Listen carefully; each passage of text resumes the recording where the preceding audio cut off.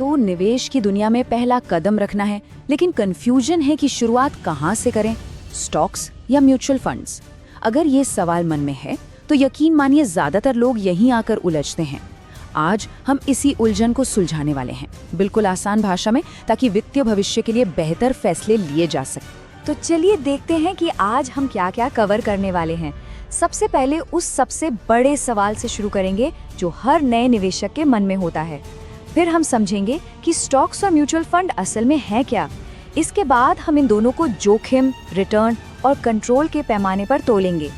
फिर इस पर बात करेंगे कि अपने लिए सही रास्ता कैसे चुनें, और आखिर में एक ठोस निवेश रणनीति बनाने के लिए कुछ प्रैक्टिकल तरीके जानेंगे। तो सबसे पहले बात करते हैं उस सबसे बड़ी उलझन की, जिसका सामना लगभग हर कोई करता है जब वो अपनी मेहनत की कमाई को बढ़ाने का फैसला करता है। हाँ, यही वो सवाल है।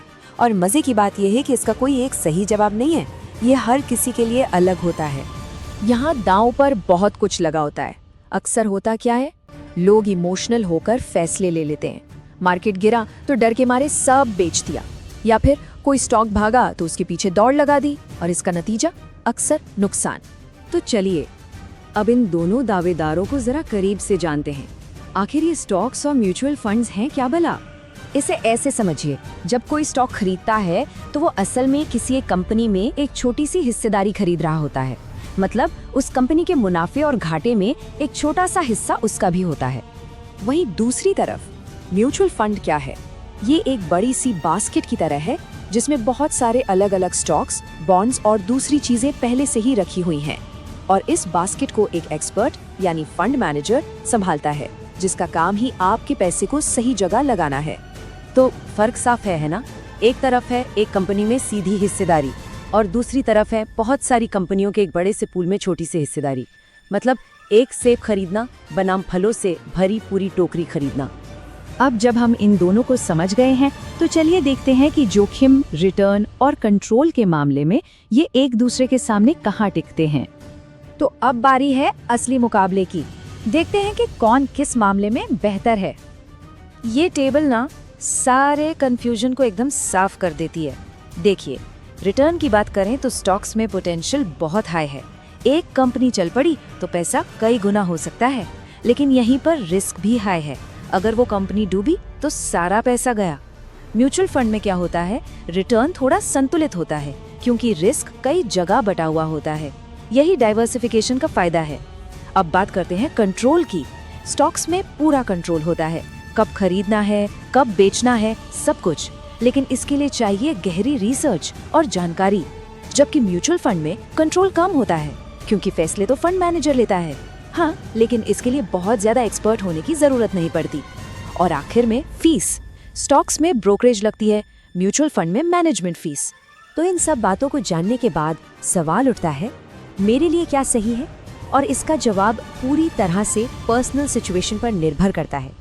तो सबसे पहला सवाल खुद से पूछना है, निवेश का मकसद क्या है? रिटायरमेंट के लिए पैसा जोड़ना है, या घर के डाउन पेमेंट के लिए, या बस वेल्थ बढ़ानी है? देखिए, अलग अलग लक्ष्यों के लिए अलग अलग रास्ते होते हैं। अगर लक्ष्य लंबा है, मान लीजिए 5 साल से ज्यादा, तो इक्विटी का हाई रिटर्न पोटेंशियल काम आ सकता है। वहीं 3 से 5 साल जैसे मीडियम टर्म लक्ष्यों के लिए हाइब्रिड फंड्स एक अच्छा बैलेंस देते हैं, ग्रोथ और स्टेबिलिटी दोनों। और अगर 1-2 साल में ही पैसों की जरूरत पड़ सकती है तो कम रिस्क वाले डेट फंड्स बेहतर होते हैं। और हाँ, टैक्स बचाने का भी एक ऑप्शन है, ELSS स्कीम्स। एक और बहुत जरूरी सवाल है, रिस्क लेने की क्षमता कितनी है? मतलब बाजार के उतार चढ़ाव को देखकर कितनी घबराहट होती है? क्या पोर्टफोलियो में 20% की गिरावट देखकर नींद उड़ जाएगी, या इसे एक मौके की तरह देखा जाएगा? ये जानना बहुत जरूरी है।